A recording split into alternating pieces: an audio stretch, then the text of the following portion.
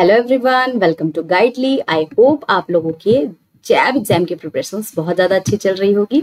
तो मैं यहाँ पर आपके लिए one of the most important component जो हमारा RBWM है उससे रिगार्डिंग कुछ स्ट्रेटजी को लेकर आई हूँ। यानी कि हम RBWM कंपोनेंट को कैसे पढ़े, क्या हमारी स्ट्रेटजी होनी चाहिए, इन सारी चीज़ों के बारे में हम इस वीडियो में देखने वाले हैं। एग्जाम काफ़ी पास आ चुका है। 9 नवंबर को आपका RBWM का पेपर है। तो अब दिमाग बहुत ही पैनिक कर रहा है, कुछ समझ नहीं आता कि कैसे पढ़े, क्या कवर करे, कितना पढ़ना है, कितना छोड़ना है। बहुत सारे दिमाग में जो है एंजाइटी चलती रहती है। तो अब आपको यहाँ पर टेंशन नहीं लेना है, क्योंकि मैं यहाँ पर आपको पूरी की पूरी इंफॉर्मेशन देने वाली हूँ रिगार्डिंग RBWM कॉम्पोनेंट। तो जो लोग भी हमारे यूट्यूब चैनल पर नए हैं, सबसे पहले हमारे चैनल को आप सब्सक्राइब कर लो ताकि आपको टाइमली चीज़ों की नोटिफिकेशन मिलती रहे। जो लोग भी यहाँ पर नए हैं, यानी कि जो मई और जून के एग्जाम को टारगेट कर रहे हैं, या जो अक्टूबर के एग्जाम को अभी दे रहे हैं, या जिन्होंने प्रीवियसली भी पेपर दिया है, या आप दुनिया में कोई भी एग्जाम दे रहे हैं, आपके लिए सबसे ज्यादा इंपॉर्टेंट क्या होता है कि जो भी आपका एग्जाम होता है उसमें जितने भी हमारे कंपोनेंट्स हैं उसमें क्या क्या इंपॉर्टेंट है ये जानना जरूरी होता है कंपोनेंट से रिगार्डिंग। इसके अलावा आपके लिए इंपॉर्टेंट होता है कि टोटल नंबर ऑफ चैप्टर्स कितने हैं, इसमें प्रीवियस ईयर में कितने इससे क्वेश्चन आए हैं, किसका कितना वेटेज है, राइट। तो ये सारी चीजें आपके लिए यहाँ पर जानना बहुत जरूरी हो जाता है। तो हम सारी चीजें एक एक करके यहाँ पर देखने वाले हैं रिगार्डिंग RBWM कंपोनेंट। उससे भी पहले मैं आपको बता दूं, RBWM one of the scoring subject है और बहुत इजीली यहाँ पर आप अच्छे मार्क्स ला सकते हो, क्योंकि ये डे टू डे जो भी आपके बैंकिंग ऑपरेशंस होते हैं उससे रिलेटेड आपका पूरा का पूरा कंपोनेंट है। तो ये आपके लिए थोड़ा सा आसान होता है। अगर आपके पास बेसिक नॉलेज भी होगी ना बैंकिंग की, तो भी आप इस RBWM कंपोनेंट को अच्छे मार्क्स से क्वालिफाई कर सकते हैं। ठीक है, तो चलिए सबसे पहले हम यहाँ पर देख लेते हैं कि RBWM कंपोनेंट में टोटल नंबर ऑफ चैप्टर्स कितने हैं। तो टोटल 26 नंबर ऑफ चैप्टर्स है। अब आप बोलोगे मैम एडिशनल को तो आप भूल ही गए हो, राइट। दिमाग में आएगा एडिशनल तो 4 चैप्टर्स है, उसके बारे में आपने क्यों नहीं बताया। तो चलिए आगे देखते हैं, पता करते हैं कि ये एडिशनल से हमें करना क्या है, कितना पढ़ना है, कितना छोड़ना है। अब ये जो टोटल 26 चैप्टर हैं, किस मॉड्यूल में कितने चैप्टर्स है और किस मॉड्यूल का कितना वेटेज है, किस तरीके से कौन सा मॉड्यूल टफ है, कौन सा इजी है, ये अगर हमें पता चल जाए तो और भी ज्यादा आसान हो जाएगा हमारे लिए कंपोनेंट को पढ़ना, राइट। तो चलिए सबसे पहले हम मॉड्यूल वाइज बाइफर्केशन कर लेते हैं चैप्टर्स की। तो मॉड्यूल ए में टोटल 4 चैप्टर्स है, मॉड्यूल बी में टोटल आपके 12 चैप्टर्स है, यानी 5 to 16 आपके मॉड्यूल बी में है। मॉड्यूल सी में टोटल 6 चैप्टर हैं एंड मॉड्यूल डी में आपके पास टोटल नंबर ऑफ चैप्टर्स कितने हैं, 4 हैं। अब आप खुद ही दिमाग लगाएं और मुझे बताएं कि सबसे ज्यादा इसमें किसमें सबसे ज्यादा नंबर ऑफ चैप्टर्स हैं। मॉड्यूल बी में तो ऑब्वियस सी बात क्या होगी, मॉड्यूल बी से क्वेश्चंस ज्यादा आएंगे। और अगर आपने प्रीवियस ईयर पेपर को देखा होगा या प्रीवियस ईयर क्वेश्चंस एनालिसिस किया होगा, तो मेजर पोर्शन जो है आपके RBWM सब्जेक्ट का, उसमें सबसे ज्यादा क्वेश्चंस आपके मॉड्यूल बी से देखने को मिले थे। तो इसलिए ये जो मॉड्यूल बी है हमारे लिए वेरी वेरी इंपॉर्टेंट हो जाता है एग्जाम पॉइंट ऑफ व्यू से। ठीक है, तो जब भी आप एग्जाम की प्रिपरेशन करेंगे तो सबसे पहले मॉड्यूल बी को आपको कवर करना है। अब हम बात कर लेते हैं सारे मॉड्यूल्स की कि कौन से मॉड्यूल कितना लेवल है, इजी है, टफ है, क्या है। तो मॉड्यूल ए बहुत ही इजी है, बहुत ही स्कोरिंग है। रिटेल बैंकिंग इंट्रोडक्शन से रिलेटेड ये आपका पूरा मॉड्यूल ए है। मॉड्यूल बी मैंने आपको ऑलरेडी बता दिया है कि बहुत ज्यादा इंपॉर्टेंट है एग्जाम पॉइंट ऑफ व्यू से। मॉड्यूल सी ये भी आपका इजी है। अगर आप प्रीवियस ईयर पेपर देखोगे ना, तो मॉड्यूल ए और मॉड्यूल बी का वेटेज आपको, सी का वेटेज आपको सेम देखने को मिलता है। ठीक है, तो आपके लिए ये दोनों का काइंड ऑफ सिमिलर ही आप जो है एग्जाम में क्वेश्चंस देखने को मिलेंगे। कभी इससे 3 देखने को मिलेगा तो कभी इससे 5 देखने को मिलेगा, समथिंग लाइक दैट। ऐसा होता रहता है मॉड्यूल ए और सी के साथ। अब मॉड्यूल डी की बात करूं तो ये भी आपके लिए काफी ज्यादा इंपॉर्टेंट होता है, क्योंकि मॉड्यूल बी के बाद सबसे ज्यादा नंबर ऑफ क्वेश्चंस अगर किसी मॉड्यूल से आता है तो वो है हमारा मॉड्यूल डी। वेल्थ मैनेजमेंट से रिलेटेड ये आपका पूरा का पूरा मॉड्यूल होता है। ठीक है, तो आपको ये पता होना चाहिए एग्जाम के प्रिपरेशन से पहले कि कौन सा मॉड्यूल इजी है, कौन सा मॉड्यूल टफ है, कौन सा मॉड्यूल इंपॉर्टेंट है, सारी चीजें आपको पता होनी चाहिए।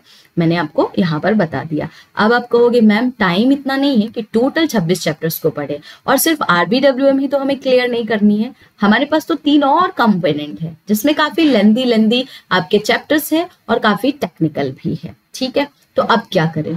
अब मैं आपसे कहूं कि आपको 26 चैप्टर्स पूरे नहीं पढ़ने हैं, थोड़े से कम कर रही हूं आपके लिए, तो कैसा रहेगा? आसान रहेगा? अच्छा लगेगा? तो चलिए एक एक मॉड्यूल करके हम समझते हैं कि किस में सबसे ज्यादा कौन सा इंपॉर्टेंट चैप्टर है। तो अगर मैं मॉड्यूल 1 की बात करूं तो आप इस मॉड्यूल में से 2 चैप्टर्स को कवर करेंगे, यानी मॉड्यूल 2 एंड मॉड्यूल 4 को आपको कवर करके जाना है। मॉड्यूल 2 में आपको बिजनेस यूनिट से रिलेटेड काफी ज्यादा क्वेश्चंस, बिजनेस स्ट्रेटेजिक, जो भी आपके स्ट्रेटेजिक बिजनेस यूनिट होते हैं, ठीक है, इससे आपको क्वेश्चंस पूछे जाते हैं। ब्रांच प्रॉफिटेबिलिटी में फॉर्मूला बेस्ड आपका यहाँ पर पूरा का पूरा क्वेश्चन आता है। तो आपको इस दोनों को मॉड्यूल ए से कवर करके जाना है, यानी कि 4 में से मैंने कहा सिर्फ 2 चैप्टर को कवर कीजिए। ठीक है, अब अगर मैं मॉड्यूल बी की बात करूं तो टोटल आपने देखा 12 चैप्टर्स है। मैं कह रही हूं आपसे टोटल 8 चैप्टर इंपॉर्टेंट है, इसी को कवर करके जाए। तो ये 8 चैप्टर कौन से हैं?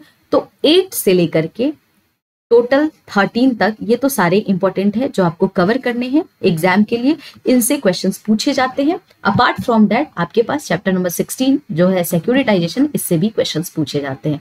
तो टोटल मॉड्यूल बी में 8 ऐसे चैप्टर्स हैं जो आपको कवर करके जाना है एग्जाम में। ये मैं स्ट्रेटजी आपको बता रही हूँ क्योंकि अभी आपके पास टाइम कम है, तो सबसे मोस्ट इंपॉर्टेंट जिससे रिपीटेडली प्रीवियस ईयर में क्वेश्चंस आए हैं उसको आपको कवर करना है। अगर मैं मॉड्यूल सी की बात करूं तो 3 ऐसे चैप्टर्स है जो आपको कवर करना है, 18, 19 एंड 21। 6 थे, अब मैंने कहा 3 ही पढ़ के जाए आप इसमें, है ना, थोड़ा आसान हो गया। अब मॉड्यूल डी की बात करें तो मॉड्यूल डी में ये चारों कंपोनेंट काफी ज्यादा इंपॉर्टेंट होता है, चारों से आपको एग्जाम में क्वेश्चंस देखने को मिलते हैं। तो मॉड्यूल डी में आपको कुछ भी नहीं छोड़ सकते, सारा का सारा पढ़ना है। अब मैंने आपको बोला कि मॉड्यूल ए में आप 2 चैप्टर पढ़े, मॉड्यूल बी में आप 8 चैप्टर पढ़े, मॉड्यूल सी में आप 3 चैप्टर पढ़े और मॉड्यूल डी से चारों पढ़ के जाए, यानी टोटल 17 चैप्टर्स आपको 26 में से पढ़ के जाना है। तो काफी कम हो गया आपके लिए, राइट? टाइम भी कम है और चैप्टर्स भी आपके पास अब कम निकल गया है, तो आप 17 एटलीस्ट, मुझे तो लगता है आप लोग 17 चैप्टर्स को कवर कर ही लोगे। ये सारे मोस्ट इंपॉर्टेंट है जिससे एग्जाम में क्वेश्चन आए हैं, बाकी को हम इग्नोर नहीं कर सकते, बट क्योंकि हमारे पास टाइम बहुत कम है तो हमको स्ट्रेटजी ऐसी ही बनानी होगी कि सिर्फ इंपॉर्टेंट वाले चैप्टर्स को हम कवर करें। अब बात आती है एडिशनल की, तो क्या एडिशनल को कवर करना है? देखिए, अगर आपके पास टाइम है तो आप एडिशनल चैप्टर्स को बिल्कुल पढ़े, नहीं टाइम है आप स्किप कर सकते हैं, क्योंकि अगर आपने प्रीवियस ईयर पेपर देखा होगा तो कभी 1 क्वेश्चन आए हैं, कभी 1 भी क्वेश्चन नहीं आए हैं। तो ये आपके लिए थोड़ा सा ऐसा है कि अगर आप पढ़ते हैं तो भी ठीक है, नहीं पढ़ते तो भी आप इसका क्वेश्चंस कर पाओगे। कैसे? क्योंकि जब आप चैप्टर 9 पढ़ोगे ना तो उसमें आपको होम लोन्स के रिगार्डिंग सारी जानकारी दी हुई है। अगर टैक्स वगैरह की बात करें तो मॉड्यूल डी में टैक्स प्लानिंग है, आप इसमें सारी चीजें, तो मोस्टली आप देखेंगे जो एडिशनल रीडिंग मटेरियल है ना उसके आप हर मॉड्यूल में कुछ ना कुछ टॉपिक्स हैं जो आप वहां पे कवर कर लेते हो, तो ये आपके लिए थोड़ा सा आसान हो जाता है। ठीक है, तो आपको स्ट्रेटेजी इसी तरीके से बना के एग्जाम की प्रिपरेशन करनी है। चलिए कुछ हेल्पफुल टिप्स भी दे देती हूँ मेरी तरफ से।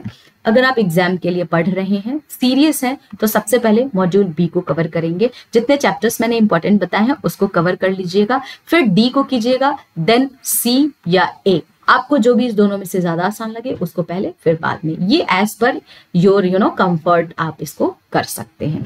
इसके अलावा जब आप इस मॉड्यूल्स को पढ़ रहे होंगे या कॉन्सेप्ट को पढ़ रहे होंगे तो कहाँ पे फोकस करना है? बेसिक अंडरस्टैंडिंग पे गाइस आपको फोकस करना है और फैक्ट्स पे ज्यादा जो है फोकस करना है, ताकि क्वेश्चंस आप अच्छी तरीके से कर पाओ। तो अब आपने स्टडी कर ली, कॉन्सेप्ट्स पे सारी चीजें पढ़ ली, सारी रिसर्च कर ली, अब आपने अब क्या बचा? तो आपको क्या करना है? प्रीवियस ईयर क्वेश्चंस को लगाना है।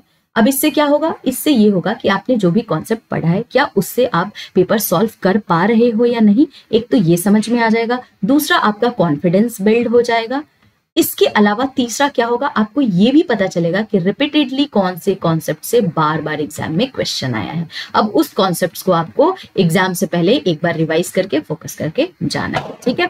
तो इसलिए जब भी आप एग्जाम दें उससे पहले 5-6 एटलीस्ट मॉक टेस्ट गाइस लगा के जाए।